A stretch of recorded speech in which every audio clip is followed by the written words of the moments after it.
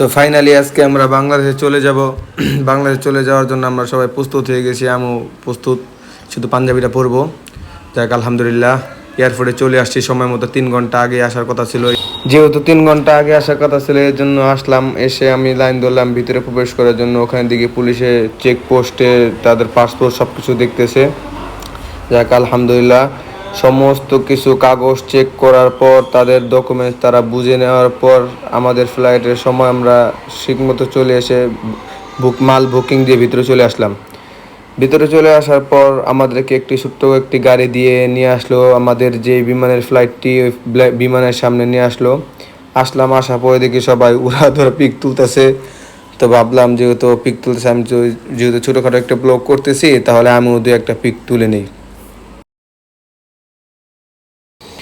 যাক আলহামদুলিল্লাহ বাইরে দু একটা পিক ঠিক তুলে এসে আমাদের নির্দিষ্ট গন্তব্য সিটে, আমরা যেখানে আমাদের সিট পড়েছে সেই সিটে বসলাম। আমার সিটটা পড়েছে হইলো এক জানালার সাথেই পড়েছিল, কিন্তু একটা খারাপ লাগছে একটা বিষয়ের জন্য, যে পাখাটার সাথে। এত বড় পাখার জন্য মানে ভিডিওটা বেশ একটা সুন্দর হয় নাই।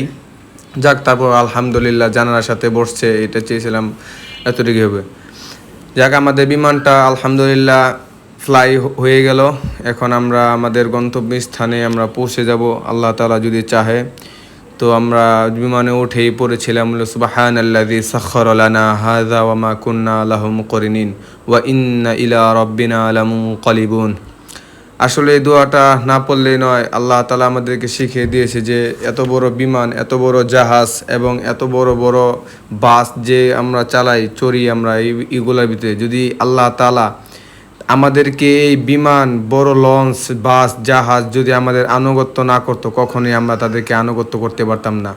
এর জন্য এই দোয়াটা পড়েছিলাম বসার সাথে সাথে।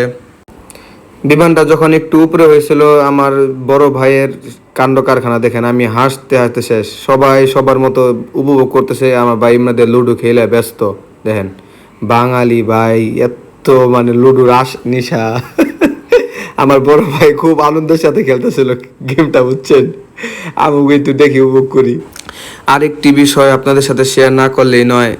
ওই বিষয়টি হলো আমরা বাংলাদেশ থেকে যেভাবে ভেঙ্গে ভেঙ্গে দিল্লিতে গিয়েছিলাম। আমরা তো ঢাকা থেকে হানিফ গাড়ি দিয়ে আপনার প্রথমে বেনাপোল গেলাম। বেনাপোল থেকে সেখান থেকে গেলাম হলো বনগাঁও স্টেশনে। বনগাঁও স্টেশনে গেলাম। বনগাঁও স্টেশন থেকে গেলাম হলো কলকাতা। কলকাতা থেকে রাজধানী এক্সপ্রেসে আমাদের থেকে নিল হলো 3000 একটু বেশি, 3200 টাকার মতো আপনার ট্রেনে নিয়েছিল। ওখান থেকে আবার আমাদের হোটেলে গেলাম। প্রায় আপনার এখানে 6 থেকে 7 হাজার টাকা খরচ হয়ে গেছিলো। তো যেহেতু আমরা বাংলাদেশে পুনরায় ফিরবো, এই কারণে ভাবলাম যে দেখি বিমানের প্রাইসটা কত। তো বিমানের খোঁজখবর নিয়ে দেখলাম বিমানের আপনার টিকিট হলো 5000 টাকা করে। তো এত কষ্ট করে জার্নি করে আপনার যদি না গিয়ে যদি আমরা বিমান দিয়ে আসি, এটা তো আমাদের জন্য সোনায় সোহাগা, অনেক ভালো হয়। তো আমরা দেখে সাথে সাথে 5টা বিমানের টিকিট কেটে ফেললাম। কেটে ফেলার সাথে সাথে এখানে আমরা চলে আসলাম 5000 টাকা দিয়ে, যা বাংলাদেশে প্রায় 7500 টাকার মতো। আর ওই দেশের যেহেতু 6000 6500 রুপি, তাহলে ওখানে 8-9 হাজার টাকার উপরে পড়ে গেছে আপনার দিল্লি যাইতে। তো আমরা এর জন্য বিমান দিয়ে চলে আসলাম ঢাকায়। যাক আলহামদুলিল্লাহ অবশেষে আমরা আমাদের ঢাকার মাটি দেখতে পেলাম আলহামদুলিল্লাহ। যাক ফাইনালি আমাদের বিমানটা ল্যান্ড হয়ে গিয়েছে। এখন আমরা আমাদের ইমিগ্রেশনের আমাদের যে সামান আছে ওগুলো নেওয়ার জন্য যাব। যাক বিমান আলহামদুলিল্লাহ আল্লাহ তাআলার অশেষ রহমত এবং মেহেরবানিতে আমরা পৌঁছে গিয়েছি। এদিক দিয়ে দেখছি আমার ভাইয়েরা লাকিস নেওয়ার জন্য খোঁজাখুঁজি করছে। আমি তো আমার লাকিস নিয়ে কোনা দাঁড়িয়ে আছি। যাক লাকিস আমরা সবাই সবার যার যার লাকিস পেয়ে গিয়েছি, শুকরিয়া আল্লাহ তাআলার। তো ভালো থাকুন, সুস্থ থাকুন। ভিডিওটা এই পর্যন্তই ছিল। যদি ভালো লাগে একটু লাইক দিয়ে দিন, পারলে শেয়ার করে দিন। কমেন্ট বক্সে যদি মন চায় কমেন্ট করেন। যদি অনেক কিছু মিস্টেক হয়েছে, অনেক কিছু বলতে পারি না বা অনেক কিছু তুলে ধরতে পারি না,